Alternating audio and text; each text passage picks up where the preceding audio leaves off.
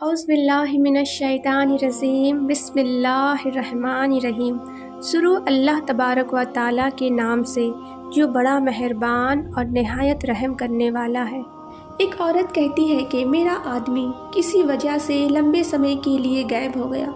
اس وقت میں ایک کم عمر بچی کی ماں بھی تھی، جبکہ میرا بوڑھا باپ بھی میرے ساتھ ہی رہتا تھا۔ ہماری غربت اور مفلسی بہت زیادہ تھی اور اکثر ہمارے گھر میں کھانے کو کچھ بھی نہیں ہوتا تھا۔ اگر ہم دن میں کچھ کھا لیتے تو رات میں ہمیں بھوکا ہی سونا پڑتا تھا۔ صبر کے ساتھ ہم لوگ ہر حال میں اللہ کا شکر ادا کرتے تھے۔ ایک رات کو بھوک اور پیاس نے ہمارا ایسا امتحان لیا کہ اس سے پہلے کبھی بھی نہیں لیا تھا۔ میری بیٹی کو بہت تیز بخار آ گیا تھا۔ بچی کا بخار اتنا تیز تھا کہ میں اور میرے والد اپنا بھوک پیاس سب بھول گئے۔ ایسی بے بسی اور لاچاری اس سے پہلے کبھی بھی نہیں دیکھی تھی۔ بیقراری جب حد سے زیادہ بڑھ گئی تو مجھے اللہ تعالیٰ کی وہ قول یاد آ گئی کہ بھلا کون بے قرار کی صدا قبول کرتا ہے؟ جب وہ اس سے دعا کرتا ہے تو کون اس کی دعا قبول کرتا ہے؟ جی ہاں، کون ہے جو بھوک، بیماری، دکھ، تکلیف، پریشانی، مصیبت کو دور کرتا ہے؟ یہ سب سوچ کر جب میں صبح کو اٹھی اور وضو کیا، پانی سے پٹی بھگا کر بچی کے سر پر رکھی، اللہ کے حضور نماز کے لیے کھڑی ہو گئی۔ 2 رکعت نماز پڑھنے کے بعد ہاتھ اٹھا کر بچی کے لیے دعا کی اور پھر اس کے ماتھے سے پٹی اتار کر دوبارہ پانی سے بھگا کر رکھی اور پھر نماز کے لیے کھڑی ہو گئی۔ نماز کے بعد ایک بار پھر بارگاہ الہی میں ہاتھ اٹھائے، دعا کے بعد پھر سے پانی کی پٹی بدلی اور دوبارہ نماز کے لیے کھڑی ہو گئی۔ یہ عمل میں کئی بار دہرایا۔ جب میں یہ سب بار بار دہرا رہی تھی تو اسی وقت کسی نے دروازہ کھٹکھٹایا۔ میرے والد اور میں حیران ہو گئی کہ بھلا اتنی رات کو کون آ سکتا ہے۔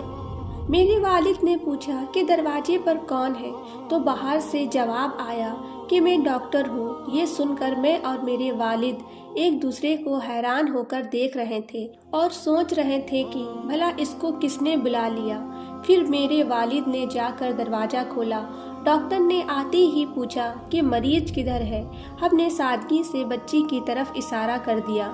ڈاکٹر نے بچی کو چیک کیا، پھر کاغذ پر دوا لکھ کر میرے ہاتھوں میں رکھتے ہوئے بولا، لائیے میری فیس لائیے، میں اب چلتا ہوں۔ میں نے دھیرے سے ڈاکٹر سے کہا کہ ڈاکٹر صاحب، میرے پاس آپ کو دینے کے لیے پیسے نہیں ہیں، بلکہ ہمارے گھر میں تو کئی دنوں سے کھانا بھی نہیں ہے۔ میرا یہ جواب سنتے ہی ڈاکٹر غصے سے بولا کہ اگر تمہارے پاس مجھے دینے کے لیے پیسے نہیں ہیں تو مجھے آدھی رات کو فون کر کے کیوں بلایا؟ میری نیند کیوں خراب کی تم لوگوں نے؟ ڈاکٹر کے منہ سے ٹیلی فون کی بات سن کر مجھے لگا کہ ڈاکٹر شاید غلطی سے ہمارے گھر میں آ گیا ہے۔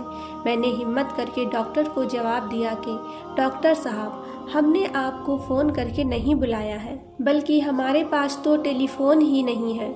یہ سن کر ڈاکٹر نے مجھ سے پوچھا کہ کیا یہ منصور کا گھر نہیں ہے؟ تو میں نے جواب دیا، نہیں ڈاکٹر صاحب، منصور کا گھر تو ہمارے برابر میں ہے۔ یہ سن کر ڈاکٹر تھوڑا خاموش ہوا، پھر ہمارے گھر سے نکل کر ہمارے پڑوسی کے گھر چلا گیا اور ہم شرمندگی سے خاموش بیٹھے رہے۔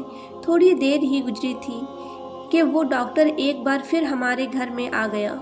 آنکھوں میں آنسو اور دھیمی آواز میں بولا کہ اللہ کی قسم، میں تمہارے گھر سے اس وقت تک واپس نہیں جاؤں گا جب تک تمہارا پورا قصہ نہ سن لوں۔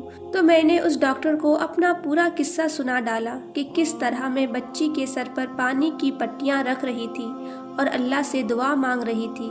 ڈاکٹر جلدی سے اٹھا اور باہر چلا گیا اور ہمارے لیے رات کا کھانا، بچی کی دوائیں اور کچھ گھر کی ضرورتوں کا سامان لے کر آ گیا اور اس نے ہم سے یہ کہا کہ اس کی طرف سے ہمیں ہر مہینے کچھ پیسے اس وقت تک ملتے رہیں گے جب تک اللہ چاہے گا۔ جی ہاں، یہ اللہ پر بھروسے کی کہانی ہے۔ میرے دوستو، چاہے کیسے بھی حالات ہو، ہمیں اللہ پر بھروسہ رکھنا چاہیے۔